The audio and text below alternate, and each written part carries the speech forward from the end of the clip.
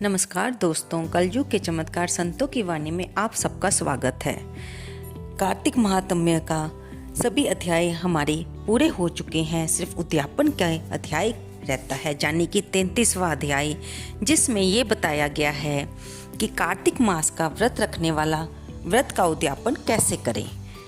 दोस्तों, हम आपको हर कथा के आरंभ में बताते हैं कि ये कार्तिक महात्म्य एक तरफ देव ऋषि नारद राजा पृथु को सुना रहे हैं, दूसरी तरफ भगवान श्री कृष्ण सत्यभामा को सुना रहे हैं। आइए सुनते हैं। राजा पृथु कहने लगे, हे नारद जी, कार्तिक के व्रत की उद्यापन की विधि कहिए, क्योंकि आप सर्वज्ञ हैं। नारद जी कहने लगे कि कार्तिक के व्रत की उद्यापन की विधि सुनिए। कार्तिक शुक्ला चतुर्दशी को व्रत की संपूर्णता के लिए उद्यापन करें। घर के अंदर गोबर का चौका लगावें, तुलसी के ऊपर मंडप बनावें, द्वारों पर मिट्टी के 4 द्वारपाल बनावें, जिनका नाम सुशील, पुण्यशील, जय और विजय रखें। तुलसी के पास ही मनोहर सर्वतोभद्र बनावें, उनके पास पंचरत्न युक्त कलश रखें। फिर स्वस्ति वाचन करके गणेश आदि देवताओं का पूजन करें। शंख, चक्र और गदा धारण किए हुए तथा रेशमी पीत वस्त्र युक्त लक्ष्मी सहित भगवान का पूजन करें। द्वारपालों सहित मंडल में इंद्र आदि देवताओं का पूजन करें। भगवान द्वादशी को जागे, त्रयोदशी को देवताओं ने स्तुति की और चतुर्दशी को देखे और पूजे गए। इसलिए चतुर्दशी को पूजन उद्यापन करना चाहिए। भगवान की मूर्ति बनाकर उनकी षोडशोपचार से पूजा करें। फिर शैया दान करें। सफ़ेद वस्त्र, तकिया, दुपट्टा, खड़ाऊ, छत्र, दीप, शीशा, कुमकुम, लौंग, इलायची, गोरोचन, कस्तूरी, बिंदी, सुगंधित पान बीड़ा, माला, मिष्ठान, अंगूठी, नथ और भी यदि कोई प्रिय वस्तु हो तो वह भी, और सुंदर भोजन, ये शैया दान के अंग हैं। दोस्तों, देव ऋषि नारद जी ने हमें ये चीज़ें बताई हैं, लेकिन ये संभव नहीं कि प्रत्येक व्यक्ति सभी कुछ दान कर सके। आप यथाशक्ति जिस हिसाब से दान कर सकें, लेकिन मन और श्रद्धा से ब्राह्मण को दान करें। देव ऋषि नारद आगे कहते हैं कि इन चीज़ों के सहित शैया दान भगवान राधा दामोदर के नाम से करें, क्योंकि कार्तिक में भगवान का राधा दामोदर नाम होता है। साथ ही प्रार्थना करें कि भगवान लक्ष्मी नारायण की शैया सूनी नहीं रहती, वैसे ही मेरी शैया भी सूनी ना रहे। और फिर तिल व खीर से हवन करें। भगवान विष्णु की प्रसन्नता के लिए देवताओं की और शांति के लिए कात्यायनी देवी का हवन कर दक्षिणा देकर ब्राह्मण को प्रणाम करें। फिर देविया, तुलसी और गौ का पूजन करें। व्रत के उपदेश देने वाली की स्त्री सहित पूजा और स्तुति करें। इस व्रत को करने से मेरे 7 जन्मों के पाप नाश हो, संतति स्थिर रहे, मनोरथ सफल हो, देह के अंत में विष्णु लोक की प्राप्ति हो। पूर्णमासी के दिन यथाशक्ति 1 या 30 ब्राह्मणों को भोजन करावें। गौ तथा पूजा गुरु को अर्पण करें। शाक, मूल, फल का दान करें। द्वारपाल, कौवे, बिल्ली, चूहा, कुत्ता, चंडाल, इनको अन्न देवें। फिर हाथ जोड़कर भगवान से प्रार्थना करें, हे भगवान, मेरी संपूर्ण कामनाएं पूर्ण करो, मैं आपको नमस्कार करता हूँ। इस प्रकार प्रार्थना करके भगवान लक्ष्मीपति को अर्घ्य देवें और कहें, हे देवेश, लक्ष्मी सहित अर्घ्य ग्रहण करो। जिनके स्मरण मात्र से तप, यज्ञ, क्रिया थोड़ी भी संपूर्ण हो जाती है, उन अच्युत भगवान को मैं नमस्कार करता हूँ। कई भक्तजन भगवान की प्रसन्नता के लिए अपने घरों में दीपमाला भी करते हैं।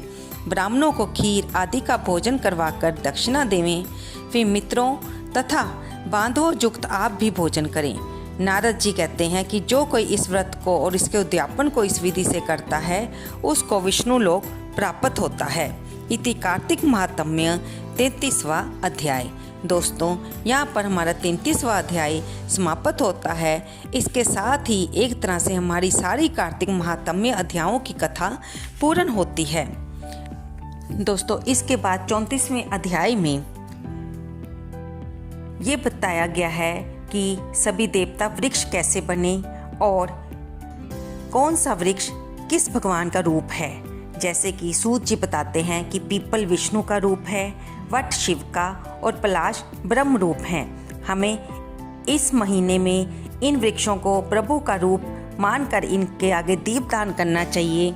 इनका दर्शन और स्पर्श सब पापों को नाश करने वाला है। तब जब ऋषियों ने पूछा कि ब्रह्मा विष्णु शिव वृक्ष भाव को कैसे प्राप्त हुए, तब सूत जी 34वें अध्याय में बताते हैं कि एक बार श्री महादेव जी और पार्वती जी एकांत में विराजमान थे, लेकिन देवताओं ने उनके एकांतवास में कुछ विघ्न किया, जिससे पार्वती जी ने सभी देवताओं को श्राप दिया था कि वे वृक्ष हो जाएं। इसी कारण विष्णु जी गया में पीपल, शिव जी प्रयाग में अक्षय वट और ब्रह्मा जी पलाश हुए। इसी के साथ ही प्रभु बताते हैं कि रविवार को पीपल का स्पर्श नहीं होता, लेकिन शनिवार को पीपल देवता का पूजन होता है, क्योंकि शनिवार को पीपल में माँ लक्ष्मी का वास होता है, जबकि रविवार को अलक्ष्मी का वास होता है। रविवार को स्पर्श करने से दृढ़ता की प्राप्ति होती है। ये कथाएं हम आपको पिछले अध्यायों में सुना चुके हैं कि किस प्रकार माँ अलक्ष्मी का उद्यालक मुनि से विवाह हुआ और बाद में वे जब उन्होंने ऋषि उद्दालक को बताया कि वे हवन यज्ञ प्रेम वाले स्थानों पर नहीं रहती, तब उद्दालक ऋषि उन्हें पीपल की वृक्ष के नीचे बैठाकर चले गए। जब लक्ष्मी देवी रोने लगी तो उनकी आवाज़ सुनकर भगवान विष्णु और माँ लक्ष्मी उन्हें सांत्वना देने के लिए आए और भगवान विष्णु ने उन्हें कहा कि आप यहाँ पीपल की जड़ में वास कीजिए और स्त्रियाँ आपको अनेक प्रकार की भेंट देकर संतुष्ट करेंगी। जो शनिवार को पीपल की जड़ में दीप जलाकर पीपल की पूजा करेगा और सूत लपेटेगा, उसके घर में माँ लक्ष्मी का वास होगा। लेकिन अगले ही दिन रविवार को पीपल का स्पर्श कोई करेगा तो वो दृढ़ता को प्राप्त होगा। ऐसा कहकर भगवान विष्णु और माँ लक्ष्मी अंतर्ध्यान हो गए।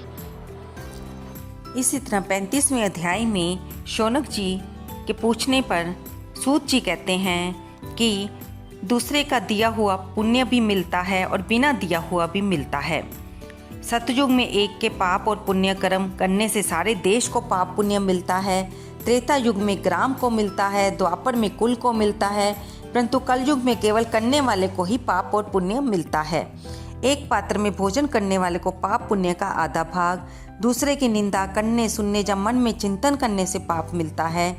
एक पंक्ति में बैठकर भोजन करने वालों के बीच में से जो निकल जाता है वह छठे अंश के पाप को पाता है। संध्या समय सोने या बोलने से पुण्य का छठा अंश चला जाता है। दूसरे का द्रव्य चुराकर दान करने वाले को पाप मिलता है और द्रव्य वाले को फल मिलता है। बिना ऋण दिए मरने वाले को पुण्य धन के अनुसार धनी को मिलता है। उपदेश और सहायता देने वाले पाप पुण्य का छठा अंश पाता है। प्रजा का छठा अंश राजा पाता है। शिष्य से गुरु, पिता से पुत्र, स्त्री से पति भी छठा अंश पाते हैं। पति के चित्त अनुसार धर्म करने वाली स्त्री पति का आधा पुण्य पाती है।